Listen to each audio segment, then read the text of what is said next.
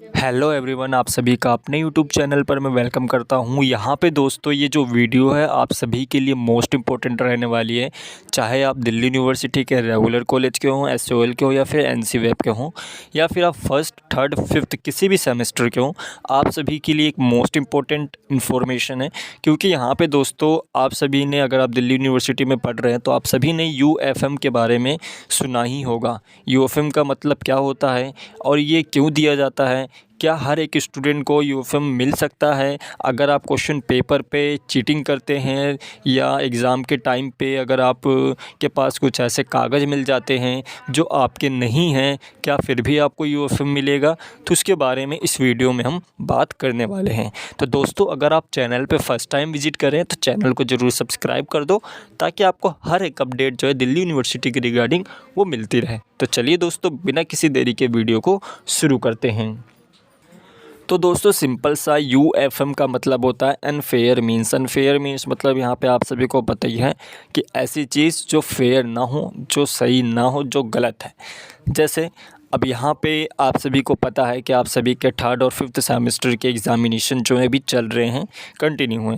अब यहाँ पे जो है कई सारे ऐसे स्टूडेंट होते हैं जो अपने एग्ज़ामिनेशन में जाते हैं, पेपर देते हैं। पेपर देने के बाद अगर कुछ ऐसे स्टूडेंट हैं जो चीटिंग करते हैं, कुछ कागज़ अपने साथ लेकर जाते हैं या अपने हाथों पर लेकर जाते हैं, या जो आपकी आंसर शीट होती है, जो आंसर बोर्ड होता है उस पे भी अगर आप लिख के जाते हो, जो बोर्ड होता है उसके ऊपर भी अगर आप लिख के जाते हो, और वहाँ पे अगर एग्ज़ामिनर ने या फिर जो इन्विजिलेटर होता है अगर उसने आपको पकड़ लिया कि आपके एग्ज़ाम में आपने ये चीज़ करते हुए पकड़ी गए, तो वहाँ पे आप सभी को दिल्ली यूनिवर्सिटी जो है यूएफएम देती है। अब यहाँ पे अब स्टूडेंट तो, अब अगर आपके साथ कुछ ऐसा होता है तो जाहिर सी बात है आप काफ़ी ज़्यादा नर्वस हो जाओगे, काफ़ी ज़्यादा परेशान हो जाओगे कि मैं अब क्या करूं। इसके अलावा जो इन्विजिलेटर है, एग्ज़ामिनर है, वो भी ये नहीं देखता कि वो जो कागज़ है वो बच्चे का है या नहीं है। तो यहाँ पे आप सभी को केवल एक दो चीज़ें जो हैं उन बातों का ध्यान रखना है जो इस वीडियो में बताई जाएंगी। जैसे दोस्तों अगर यहाँ पे आप ये सोचते हैं कि आप सभी लोग कागज़ ले जाना चाह रहे हैं, चीटिंग करना चाह रहे हैं, फ़ोन के थ्रू करना चाह रहे हैं, तो सबसे पहले ये सारी चीज़ें आप बंद कर दीजिए। आपके दिमाग के अंदर अगर कोई ऐसा विचार आता है तो उसको निकाल कर रख दीजिए। क्योंकि दोस्तों अगर आपके दिल्ली यूनिवर्सिटी अगर आपको एक बार यूएफएम दे देती है तो उसमें काफ़ी प्रॉब्लम होती है, उसको हटाने में काफ़ी टाइम लग जाता है और आपका टाइम, एनर्जी और मनी सब वेस्ट होता है। तो इससे अच्छा ये है कि आप आराम से अपना पेपर दें। भले अगर आपको पेपर में लगता है कि आप पेपर में आपको जो आंसर नहीं आएंगे, क्वेश्चन टफ पूछे जाएंगे, तो वो आपके ऊपर डिपेंड करता है कि उसका आंसर आपको कैसे देना, लेकिन चीटिंग आपको बिल्कुल भी नहीं करनी है। लेकिन अब यहाँ पे ना ही आप कुछ कागज़ ले जा रहे हैं, ना ही का कुछ भी लिख कर ले जा रहे हैं, लेकिन आप सभी को पता है आप एग्ज़ामिनेशन देने गए, आप अपने डेस्क पर बैठे और बैठने के बाद जब आपने चेक किया कि आपके डेस्क के आसपास या डेस्क के नीचे कुछ भी कागज़ नहीं है, लेकिन किसी तरह जब एग्ज़ामिनर आता है या इन्विजिलेटर आता है एग्ज़ाम चेक करने के लिए, बच्चों को चेक करने के लिए, उस टाइम पे आपके पास अगर कागज़ मिलता है तो जो इन्विजिलेटर है वो आपसे पूछेगा कि कागज़ आपका है या आपने क्यों लाया। क्योंकि दोस्तों ये आपको भी नहीं पता और जो एग्ज़ामिनर है उसको भी नहीं पता कि कागज़ किसका है। तो यहाँ पे ऐसे कई सारे स्टूडेंट होते हैं जो थोड़ा उल्टा बोलने लग जाते हैं। उल्टा कहने का मतलब ये है कि जो एग्ज़ामिनर या जो इन्विजिलेटर होगा जिस टोन में आपसे पूछेगा आप उसी टोन में फिर उनसे जो है आप अपना जवाब देते हैं। लेकिन आपको बिल्कुल भी ऐसा नहीं करना है।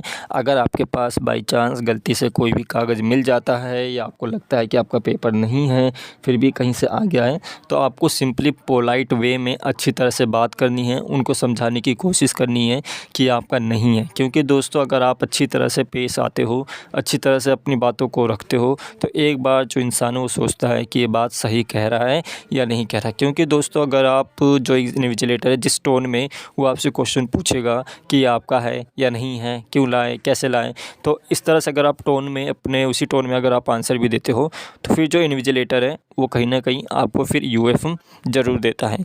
आपको किसी भी हालत में अपने एग्ज़ामिनर से या अपने इन्विजिलेटर से बिल्कुल भी किसी भी टोन में, गलत टोन में जो है बात नहीं करनी है। केवल आपको इतना देखना है कि आपके पास कोई भी चीटिंग का कागज़ ना हो, कोई भी आसपास कागज़ ना हो, या कोई भी जो चीज़ें होती हैं जिससे आपको लगता है कि आप चीटिंग करने लगते हैं, तो वो चीज़ें नहीं होनी चाहिए।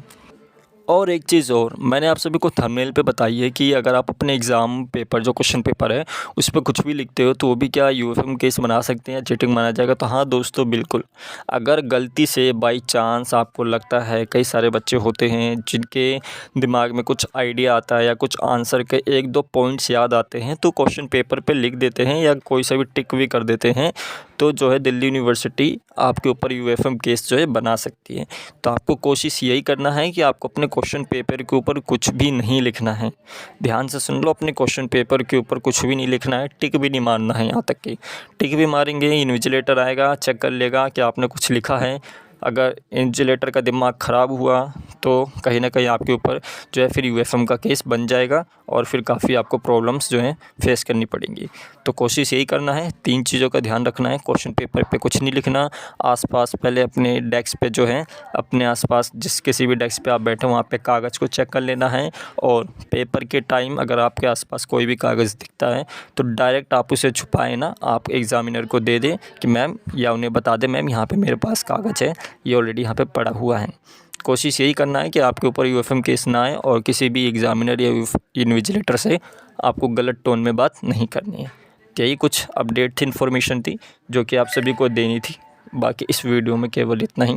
कोई भी डाउट रहता है अपने एग्ज़ामिनेशन के रिगार्डिंग, आप जो है कॉन्टैक्ट कर सकते हैं, चाहे वो सोशल मीडिया हो या फिर यूट्यूब के कमेंट बॉक्स में आप अपना कोई भी कमेंट कर सकते हैं।